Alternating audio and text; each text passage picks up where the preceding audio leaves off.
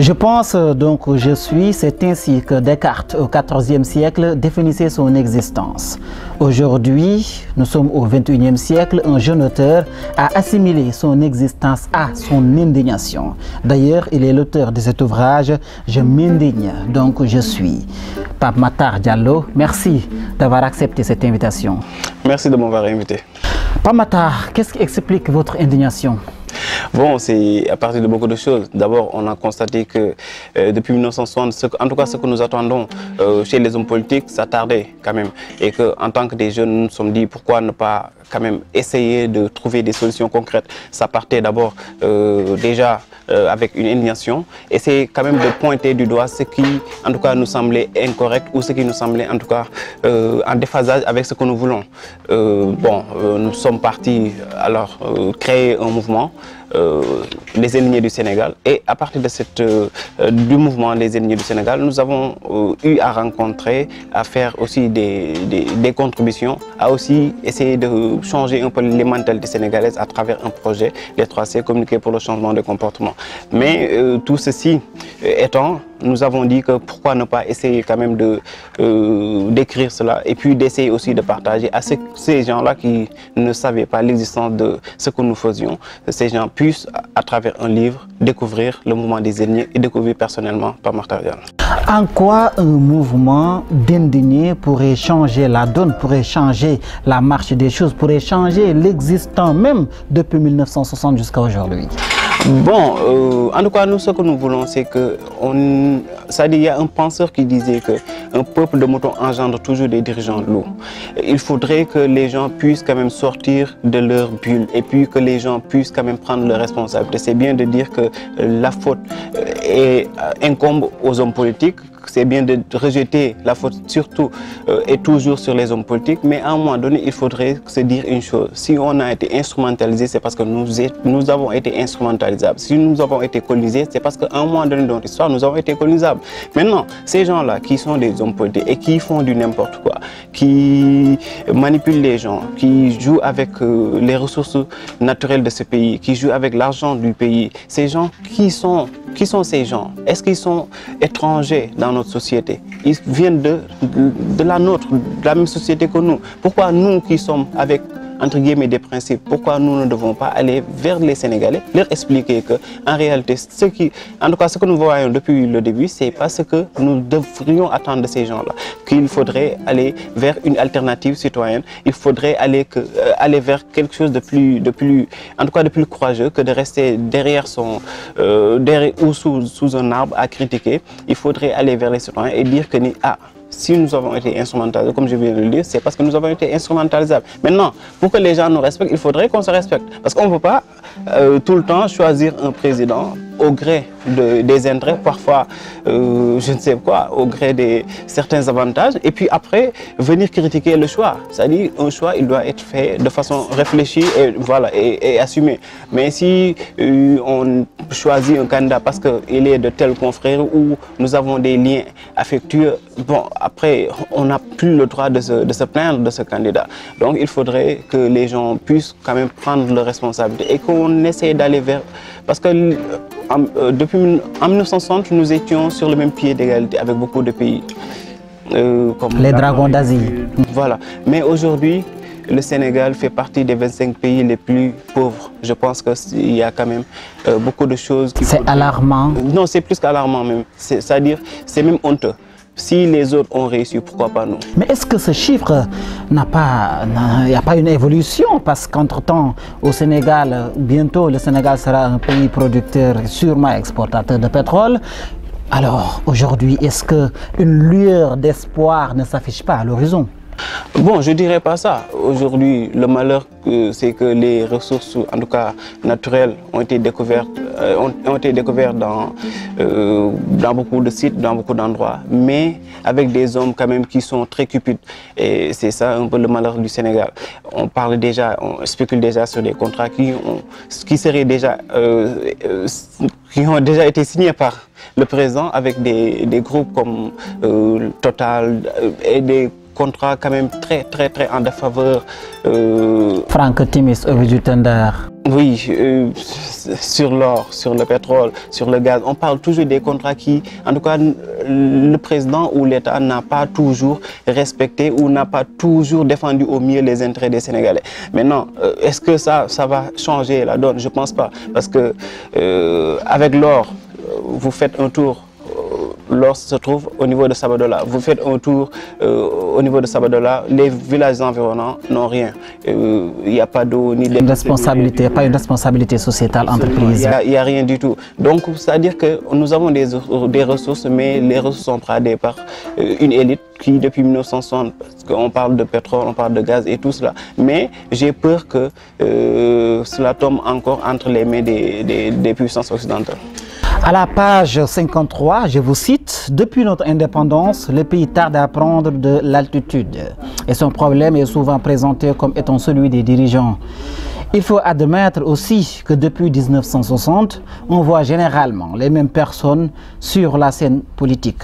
Nous aurions besoin d'une alternance générationnelle pour régler avec les politiques la question de l'éthique et de la morale. Pensez-vous qu'aujourd'hui, il est temps que dans la haute sphère de l'État, qu'on reconnaisse un certain renouvellement de génération? Oui, absolument, je ne pense pas, mais j'y crois en fait, parce qu'on ne peut pas, depuis 1960, avoir les mêmes personnes. C'est-à-dire, c'est même insulter un peu l'intelligentsia sénégalaise. C'est dire qu'une petite élite, un groupe de 5 à 10 personnes sont plus intelligents, plus méritants que 14 millions de personnes. Ça, c'est honteux. On ne peut pas dire qu'aujourd'hui, Moustapha Niasse, qui a, bon, c'est un exemple, qui a été ministre, Premier ministre, aujourd'hui doit toujours être à la tête d'une institution. Comme si les Sénégalais, les 14 millions ou les 13 millions ne valaient absolument rien. Parle d'expérience, de compétences. Bon, l'expérience. Si l'expérience qu'il le vendait était aussi, bon, en tout cas, élogieux qu'il le prétend, je pense que le Sénégal ne serait pas là, ne serait pas des 25 pays les plus pauvres. Je crois qu'il faudrait que les gens puissent aller vers une alternative. Et l'alternative, je ne pense pas que ça va venir d'eux. Il faudrait que les jeunes puissent quand même sortir de cette victimisation et puis aller vers une proposition. Il faudrait qu'on essaye de changer les choses. Et je ne pense pas que ceux qui ont contribué quand même à appauvrir ce pays, et ceux qui ont contribué à tout faire de façon négative, je ne pense pas que ce sont ces gens-là qui vont essayer de le faire décoller. Puisque eux aussi, ils n'accepteront pas, ils ne veulent pas que les Sénégalais puissent changer de mentalité. C'est Pape Makhtar Diallo, auteur de l'ouvrage « Je m'indigne, donc je suis », publié à l'Harmattan Sénégal. Pape Makhtar, d'aucuns parlent d'ambition, que vous êtes ambitieux. D'autres disent, né entre 90, vous êtes prétentieux. Que répondez-vous à ceux qui disent que c'est de la prétention? Bon, je leur demanderai tout simplement de lire le livre. J'ai eu à faire quand même pas mal de choses dans ce pays. J'ai eu à rencontrer pas mal de gens. Et si c'était seulement de la prétention, je pense que je ne serais pas ici en train d'écrire ou en train de me battre. Je pense que ce qu'il faudrait quand même, c'est qu'en France, c'est possible, à 20 ans, 23 ans, on voit un engagement certain. Ici au Sénégal, on attend toujours ou on fait tout pour quand même canaliser le jeune. On ne veut pas qu'il sorte, on ne veut pas qu'il ait des ambitions, on ne veut même pas qu'il parle. On dit que ni bon. Alors que l'avenir se joue. Absolument, parce qu'au Sénégal on dit que Ndaoudi tel sorti. Et ça, c'est des genres de choses là qui sont plus acceptables au XXIe siècle. Je pense que Senghor, il a été jeune, il a été homme politique. Abdoulaye Wade, il a été jeune, il a été homme politique. Abdou Diouf a été gouverneur et ambassadeur, bon, à 25-26 ans. Donc ça veut dire qu'aujourd'hui, bon, il n'y a rien de nouveau. C'est que avant, les gens n'avaient pas la possibilité de se voir parce qu'il n'y avait pas le développement éthique. Aujourd'hui, on peut se battre et puis se faire connaître. Je crois que ce n'est pas de la prétention. Je pense que c'est un peu normal parce que quand on est dans un pays, il faudrait quand même se battre pour que demain, ce pays puisse devenir un pays dont tout le monde serait fier, mais pas un pays dont, à chaque fois quand on parle du pays, on parle des scandales, on parle du président qui fait des bourdes, on parle de n'importe quoi. Il faudrait qu'on aille quand même vers un pays où les gens se respectent, où le président même sache que c'est juste un employé et que c'est lui qui devrait quand même faire en sorte que les Sénégalais puissent être fiers de lui, mais pas le contraire. C'est au Sénégal seulement que l'on voit qu'un président qui finit de construire avec l'argent de l'État, l'argent du contribuable, une route, une infrastructure, qui prennent aussi encore de l'argent et puis qu'ils demandent au Sénégal de sortir pour le féliciter. Féliciter pourquoi? Les Sénégalais sortent. C'est ce que disait Ousmane Sonko. Il disait qu'on n'a pas besoin de féliciter quelqu'un qui fait son travail. Absolument, il a parfaitement raison. C'est-à-dire, il a été élu pour ça. Il est logé, nourri, blanchi, lui et sa famille. Donc, est-ce qu'on devrait aujourd'hui, s'il réalise quelque chose, à coup de milliards, que les gens sortent pour le féliciter? À quoi ça sert? Pape Matar, vous vous indignez, c'est vrai, vous êtes le président du mouvement Les Indignés, mais parallèlement, vous vous indignez de ce régime, mais nous avons vu que vous vous êtes un peu rapproché de l'ancien président, Maître Abdoulaye Wade. Quand nous lisons cet ouvrage, nous avons vu que vous avez eu à le rencontrer, à discuter avec lui, même dans le cadre d'un cercle que vous appeliez le Front Patriotique. Oui, bon, ça dit, dès le début, je l'ai dit dans le livre. En tout cas, ceux qui se disent de la société civile ont quand même eu tort. Parce qu'à chaque fois, ils disaient que l'essence, c'était de rester à l'écart et puis de critiquer. Bon, je me suis dit, pourquoi ne pas être avec eux? Parce que si on critique pour critiquer, ça ne fait pas avancer les choses. Et j'ai reçu l'appel du FPDR, Front Patriotique pour la Défense de la République. J'ai cru qu'à un moment donné, que la République, jusqu'à présent, est en danger, qu'il fallait... Maintenant, qui devait défendre la République? Je ne devais pas laisser quand même que des hommes politiques essayer de défendre ou avoir cette prétention. Je me suis dit, pourquoi ne pas aller les rejoindre? Et puis, avec eux, ne pas essayer de changer. Parce qu'on peut toujours changer de stratégie pour atteindre un objectif sans que l'objectif lui-même ne change. Ce que j'ai défendu en étant mouvement des ennemis, je continue à le défendre en étant membre du Front Patriotique pour la Défense de la République. C'est-à-dire c'est des principes qui sont intransigeables. Voilà, absolument, qui sont immuables. Et puis, je pense que ce qu'ils devraient... En tout cas, la question que les gens devraient se poser, c'est est-ce qu'il a eu à changer? La preuve, j'ai été exclu du FPDR parce qu'il disait, oui, parce qu'il disait que je ne pouvais pas être... On voit dans l'ouvrage votre, peut-être pas accrochage, en tout cas vos échanges avec Mamadou Diop Decroix et la réaction de Omar Sarr en disant que il est le président du mouvement des ennemis, alors laissez-le s'indigner. Non, ça a toujours été le cas. Il y a une anecdote, c'était avec le Front Manko Wattu Sénégal, où bon, on a essayé de faire croire aux autres que bon, ils ont voulu faire passer quelque chose. Moi, j'ai dit non, c'était l'appel du président de la République. Ils voulaient tous y aller. J'ai dit non, pourquoi y aller?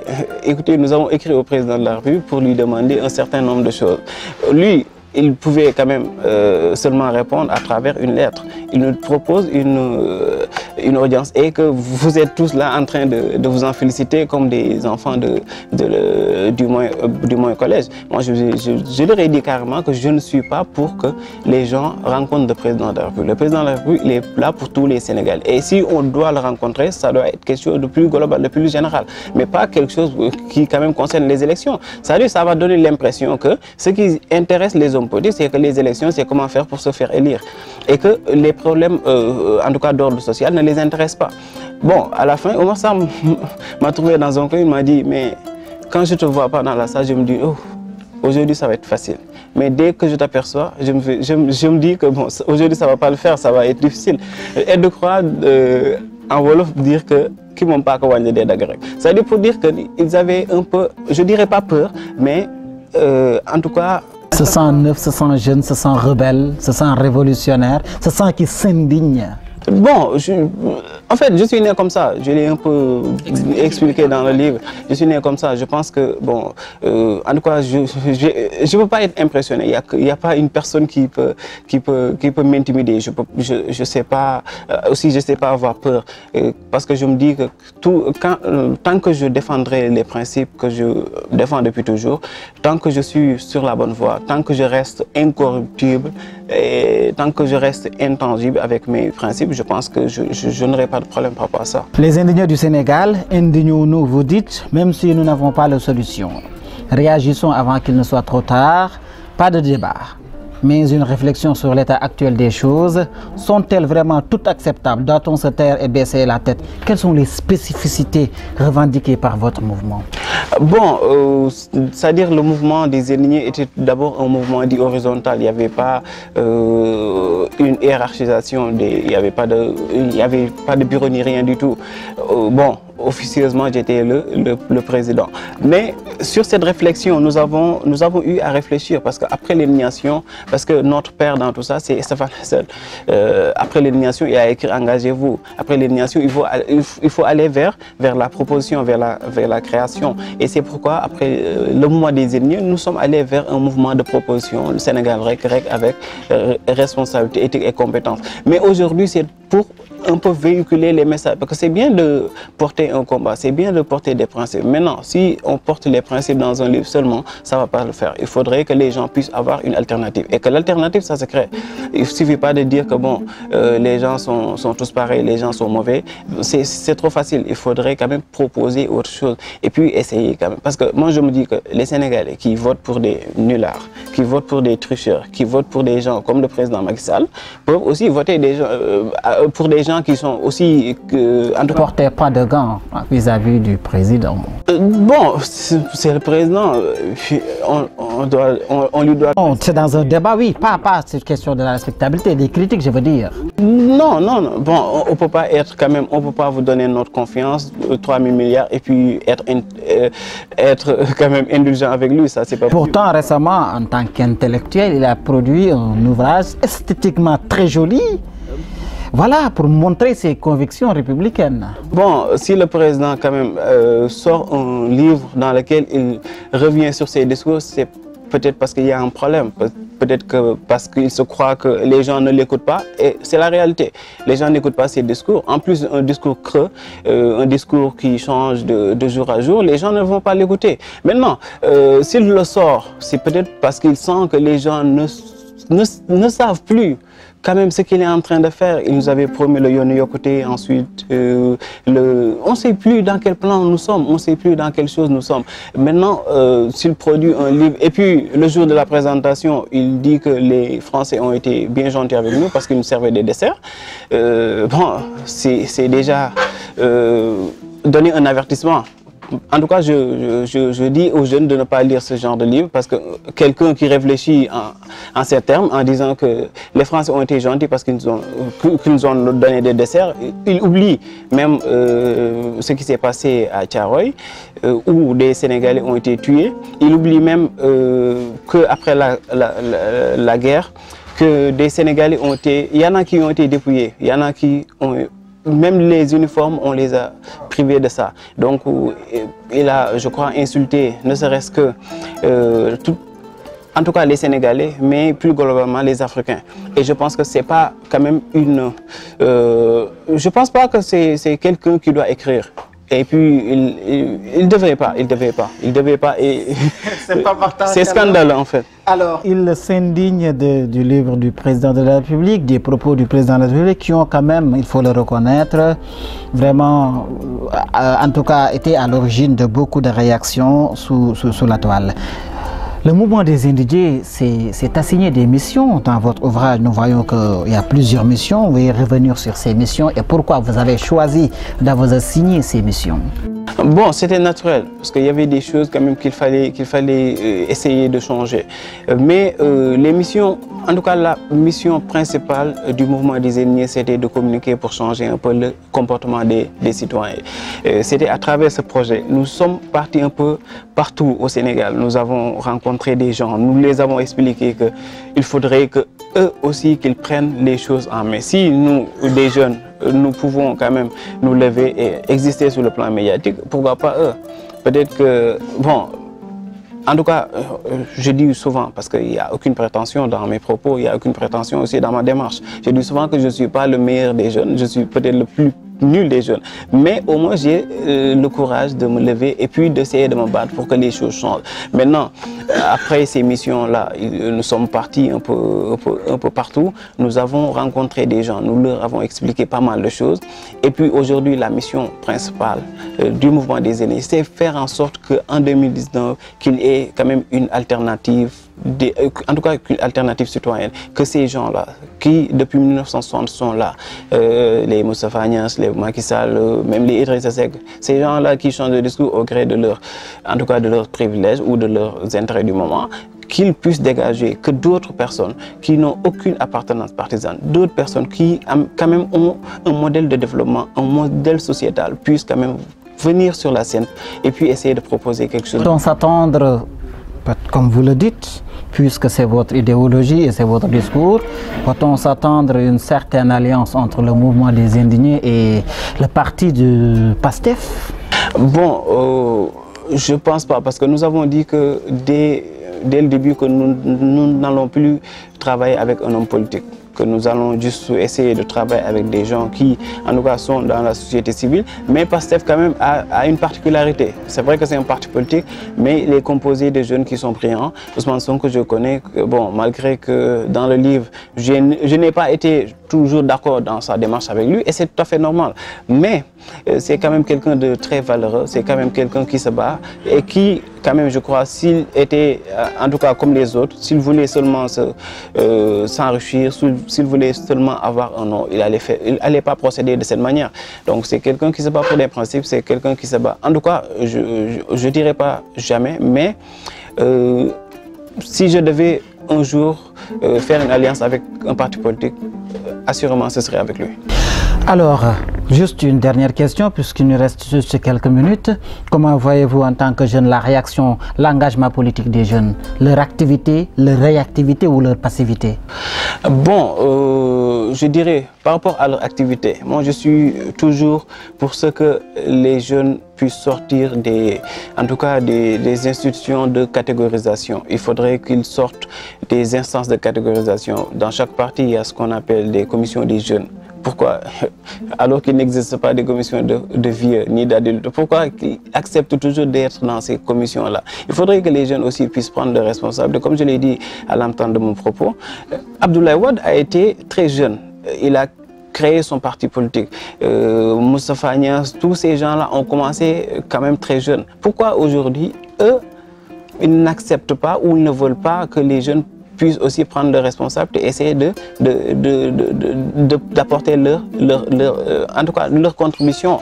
Mais aujourd'hui, on est là en train de les catégoriser dans des commissions, on est en train de leur faire croire que leur ennemi, c'est ces gens-là qui s'attaquent à un leader. Et puis, ce qui est très dommage, c'est qu'à chaque fois, quand on parle d'une personne ou de la gestion d'une personne, c'est des jeunes qui sont payés, qui travaillent de façon inlassable, inimaginable, qui insulte les gens. Et je ne pense pas que c'est ça qui va valoriser les jeunes. Il faudrait que eux aussi qu'ils sortent, qu'ils puissent quand même donner leur point de vue, parce que le Sénégal sera changé. Et le changement ne va pas passer par ces gens qui ont déjà fait leur temps. Il va falloir que les jeunes aussi puissent quand même se ressaisir. Et puis, sur leur passivité, il y en a qui... les concerts, les trucs de festivité les intéressent plus. Mais bon, on ne les critique pas. Chacun a ses choix et ses points de vue. Mais quand même, à un moment donné, il faudrait quand même se regarder dans la glace et puis faire une introspection, voir quand même ce que tu as eu à faire comme acte. Est-ce que ce sont des actes qui sont louables? Est-ce que ce sont par ces actes-là que le pays va émerger ou même ces actes que le pays va submerger? Pape Matar, merci d'avoir accepté cette invitation. Je vous remercie et je renouvelle quand même quelque chose. Je demande aux jeunes qui vont suivre cette émission de ne jamais lire. Bon, comme c'est une boutade, cette boutade de Macky Sall, sous forme de livre. Madame, Monsieur, chers internautes, c'est Pape Matar Diallo, auteur de l'ouvrage « Je m'indigne, donc je suis », publié par l'Harmattan Sénégal. Merci d'avoir suivi cette émission.